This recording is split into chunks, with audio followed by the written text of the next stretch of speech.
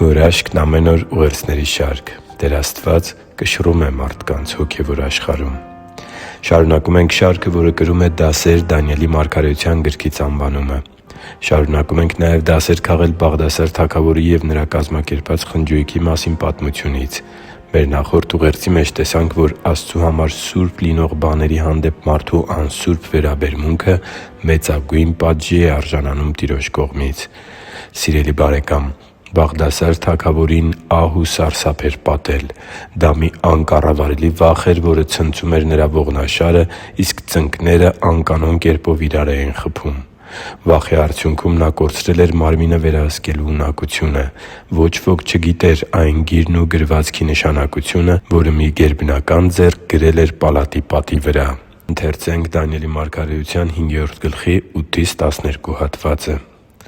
«Այն ժամանակ ներս եկան թագավորի բոլոր իմաստունները, բայց չկարողացան կարդալ գրվածքը և մեկնությունն իմացնել թագավորին։ Այն ժամանակ Բաղդասար թագավորը սաստիկ խռովվեց, նրա գույնը փոխվեց, և նրա մեծամեծերը սահմռկեցին։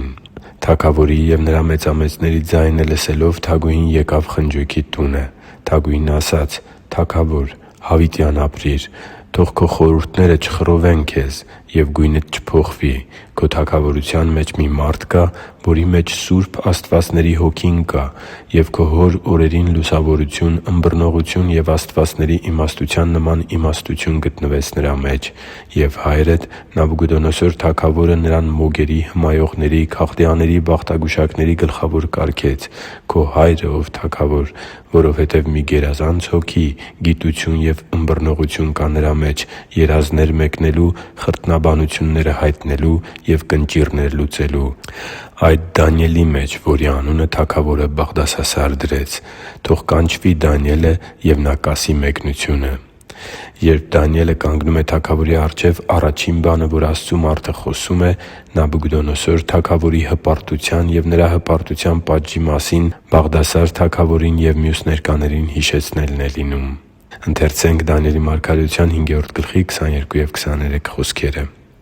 «Եվ դու, նրա որդին Բաղդասար, չխոնարհեցրիր քո սիրտը, թեև այս ամենը գիտեիր,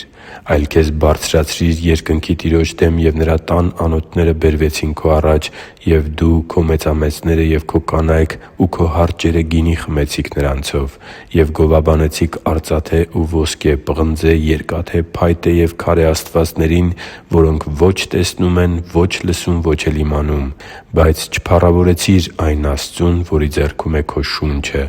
որինն են քո բոլոր ճանապարհները» Աստծու համար թանկ ու սիրելի՛ զավակ, Դանիելը նաև մեկնում է պատի վրայի գրված բառերի նշանակությունը։ Դանիելի մարգարեության 5-րդ գլխի 24-28 հատվածում կարդում ենք. «Ուստի այն ձեռքն ուղարկվեց նրա կողմից, և այս գրվածքը գրվեց, և այս է գրված այն գրությունը. «Մենե, մենե, թեկել ու փարսին»։ Այս է խոսքի մեկնությունը. «Մենե, Աստված հաշվեց քո թագավորության օրերը և այն վերջացրեց»։ «Թեկել, կշեռքով կշռվեցիր և պակաս գտնվեցիր»։ «Փարես, բաժանվեց քո թագավորությունը և տրվեց մարերին ու պարսիկներին»։ Յուրաքանչյուր մարդ իր կշիռն ունի հոգևոր աշխարհում։ Այս աշխարհի շատ անվանի ու ծանրակշիռ մարդիկ Աստծու կշեռքի վրա թեթև են գտնվելու, ինչպես Բաղդասար թագավորը։ Իսկ շատ-շատերը, որոնց համար հավատքն ու աստվածապաշտությունը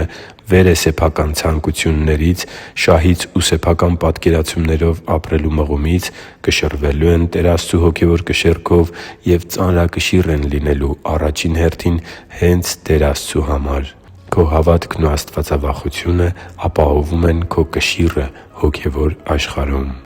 Թող մեր աղոթքն առ Աստված այսօր լինի, որ Տեր Աստծու Խոսքի ու Նրա կամքի հանդեպ մեր հնազանդության ու հավատարմության վերաբերմունքով ապացուցենք մեր սերը Արարիչ Աստծու հանդեպ և Տեր Աստծու կողմից սուրբ ընդունված բաների հանդեպ մեր աստվածավախ վերաբերմունքով ցույց տանք, որ Տեր Հիսուս Քրիստոսի